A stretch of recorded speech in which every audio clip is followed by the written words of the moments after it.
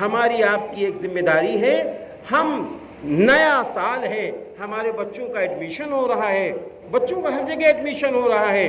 ہماری دو ذمہ داری ہے, کالج میں بچے کو داخل کرو اور اس کے ٹیوشن کا عربی انتظام کرو. اور جب عربی ٹیوشن کا انتظام کرنا تو بھائی دیکھیں سوتیلا پن نہ کرنا, سوتیلا پن نہ کرنا. کیا ہم چاہتے ہیں کہ ایک حافظ ایک مولانا سائیکل پر ہمیشہ چلتا رہے, اس کو بیچارے کو موٹر سائیکل نہ ملے؟ ہم یہ سماج دیکھنا چاہتے ہیں جو ہمارے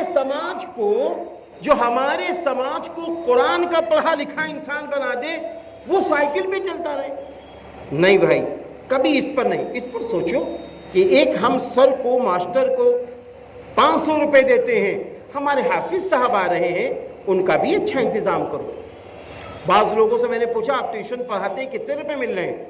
کہنے لگے 200 روپے. 200 روپے. ہم نے بچے کتنے؟ ایک. پڑوس میں کتنے؟ پڑوس میں چلے جاتے ہیں. آپ بتائیے 200 روپے پہ وہ روز ہمارے گھر پہ ڈیوٹی دینے آ رہا ہے 1 گھنٹہ. یہ انصاف ہے؟ یہ انصاف نہیں. انصاف یہ ہے کہ 500 روپے جب آپ ماسٹر صاحب کو دینے تو آپ ان کو بھی دو. یہ غلط بات ہے.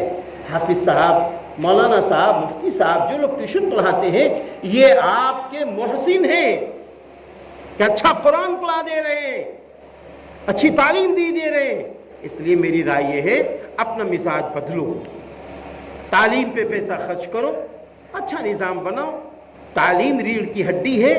اگر ریڑھ کی ہڈی مضبوط ہے تو ہمارا سماج مضبوط ہے, اور ریڑھ کی ہڈی کمزور ہے تو ہمارا سماج کمزور ہے. ابھی ہم لوگ تھانے میں بیٹھے ہوئے تھے ابھی چند روز پہلے, تو آپ یقین مانیے وہاں کے بڑے بڑے افیسر جو تھے وہ یہ کہہ رہے تھے, جب ہم کو یہ پتا چلتا ہے کہ مسلمانوں کے یہاں ڈاکٹر ہیں, انجینئر ہیں, IPS ہیں اور DM ہیں, کپتان ہیں, طبیعت خوش ہو جاتی ہے. کہ ہم لوگوں کو بنانا ہے. DM بناؤ, کپتان بناؤ, IPS بناؤ, ڈاکٹر بناؤ, MD بناؤ, انجینئر بناؤ, اور اس کے ساتھ اپنے بچوں کو مسلمان بناتے جاؤ. قرآن کریم کی تعلیم کا انتظام کرو, اچھے حافظوں سے قرآن پڑھواؤ. اس کے لیے آج کی ضرورت ہے. اللہ تعالیٰ میری بھی مدد فرمائے, آپ کی بھی مدد فرمائے. وما علینا